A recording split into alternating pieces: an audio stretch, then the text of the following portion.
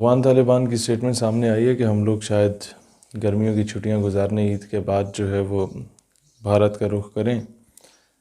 لوگ یورپی ممالک میں عموماً جاتے ہیں چھٹیاں گزارنے۔ افغان طالبان نے میں سمجھتا ہوں بڑا اچھا فیصلہ کیا ہے کہ وہ جائیں گے، بھارت میں چھٹیاں بھی گزاریں گے اور مقبوضہ کشمیر کے جو مظلوم مسلمان ہیں ان کے لیے کوئی عملی کردار ادا کریں گے۔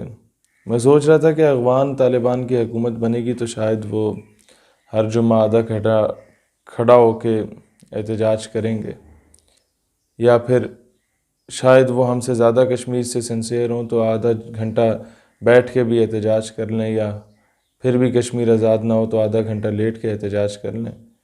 لیکن بہت عجیب لوگ ہیں کہ وہ عملی طور پہ کچھ کرنا چاہ رہے ہیں۔ میں نے افغان طالبان کے کچھ لوگوں سے کہا بھی تھا کہ آپ لوگ اقوام متحدہ میں جا کے بہت اچھی تقریر کیجئے گا، تو انہوں نے کہا نہیں، ملا کی اذاں اور ہے، مجاہد کی اذاں اور۔ میں نے کہا ٹھیک ہے۔ میں نے ان سے یہ بھی کہا کہ آپ لوگ ہینڈسم بھی لگتے ہیں، آپ لوگ ٹویٹ اچھی کر لیجئے گا، گانا بنا دیجئے گا، انڈیا دفع ہو جا، کشمیر سے نکل جا۔ میں کہا نہیں، یہ ہمارا شیوا نہیں رہا، ہم نے کبھی سپر پاور کے آگے گھٹنے نہیں ٹیکے، ہم نے کبھی انہیں اپنی بیٹیاں نہیں بیچیں، ہم نے کبھی انہیں ہائے ہائے ہائے ہائے کبھی اپنے بچوں کے قاتلوں کو باعزت طور پہ بری نہیں کیا۔ میں نے کہا یار وجہ کیا ہے؟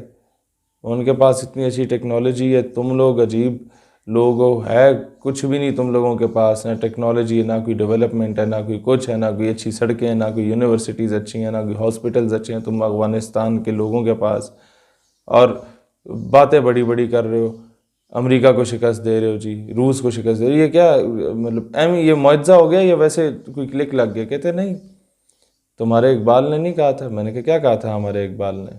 کہتے وہ کہتا نہیں تھا کہ اللہ کو پامردی ہے مومن پہ بھروسہ، ابلیس کو یورپ کی مشینوں کا سہارا۔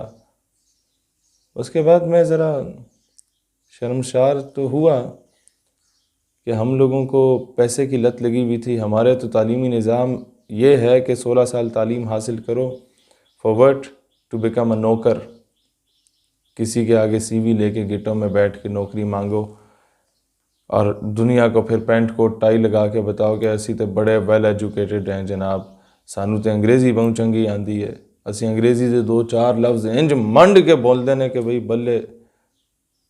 افغانستان والے شاید صحیح معنوں میں اردو یا انگریزی نہ بول سکتے ہوں، لیکن وہ اپنی پشتو اور فارسی میں اتنا زبردست قسم کا چماٹ رسید کر دیتے ہیں کہ آگے دوسرے ممالک کو خود ہی ٹرانسلیٹ کرنا پڑتا ہے۔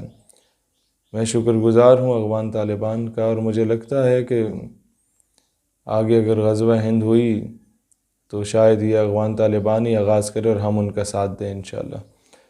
تو اللہ آپ لوگوں سے کام لے، اور ایک بات یاد رکھیے گا، دور حاضر کا سب سے بڑا ارطغرل غازی اگر کوئی ہے تو کشمیر میں جہاد کرنے والا وہ پاکستانی مجاہد ہے، اور اگر دوسرا کوئی ارطغرل غازی موجود ہے دور حاضر میں تو وہ افغان طالبان ہیں۔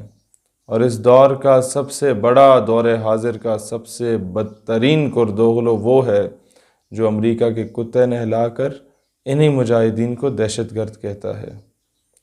اللہ تعالیٰ ہم سب کو ملا عمر مجاہد رحمۃ اللہ علیہ جیسے، اللہ تعالیٰ ہم سب کو لیبیا والے عمر مختار رحمۃ اللہ علیہ جیسے جرأت مندانہ لیڈرز عطا فرمائے، اور اللہ تعالیٰ ہم سب کو ان کی صفوں کا ایک زبردست قسم کا مجاہد بنائے۔ پاکستان ہمیشہ زندہ۔